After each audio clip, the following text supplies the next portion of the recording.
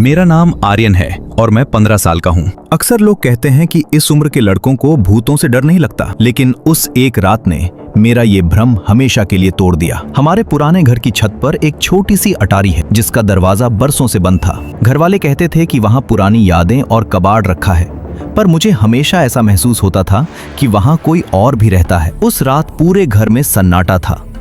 अचानक ऊपर से एक आवाज आई, धप धप धप, जैसे कोई भारी संदूक घसीट रहा हो। मेरा दिल तेजी से धड़कने लगा। मैंने अपनी टॉर्च उठाई और दबे पांव सीढ़ियों की तरफ बढ़ा। अटारी का वो भारी लकड़ी का दरवाजा जो हमेशा बंद रहता था, आज हल्का सा खुला था। तभी मेरी नजर एक कोने में रखी एक पुरानी संदूक पर पड़ी। न जाने क्यों मुझे ऐसा लगा जैसे वो संदूक मुझे अपनी ओर खींच रही हो। मैंने उसका भारी ढक्कन उठाया। धूल के गुबार के बीच मुझे एक पुराना खिलौना दिखा, एक पीतल का जैक इन द बॉक्स। उस जोकर का रंग फीका पड़ चुका था, पर उसकी मुस्कान बहुत खौफनाक थी। उसकी आंखें ऐसी थीं जैसे वे सीधे मेरी रूह में झांक रही हों। मैंने डरते डरते उसकी जंग लगी चाबी घुमानी शुरू की। टिंग टिंग टिंग। वो बेसुरा संगीत सन्नाटे को चीरने लगा, लेकिन जोकर बाहर नहीं निकला।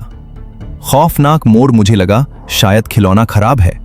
मैं जैसे ही वापस मुड़ने लगा, मेरे कान के बिल्कुल करीब एक ठंडी और फटी हुई आवाज आई, क्या तुम मेरे साथ खेलोगे आर्यन? मेरे रोंगटे खड़े हो गए। मैंने झटके से पीछे मुड़कर देखा। संदूक का ढक्कन खुला था और वो डिब्बा खाली था। जोकर वहां नहीं था। मैं पागलों की तरह दरवाजे की तरफ भागा। मैंने हैंडल पकड़ा और उसे पूरी ताकत से खींचा, लेकिन दरवाजा टस से मस नहीं हुआ। वो बाहर से बंद हो चुका था।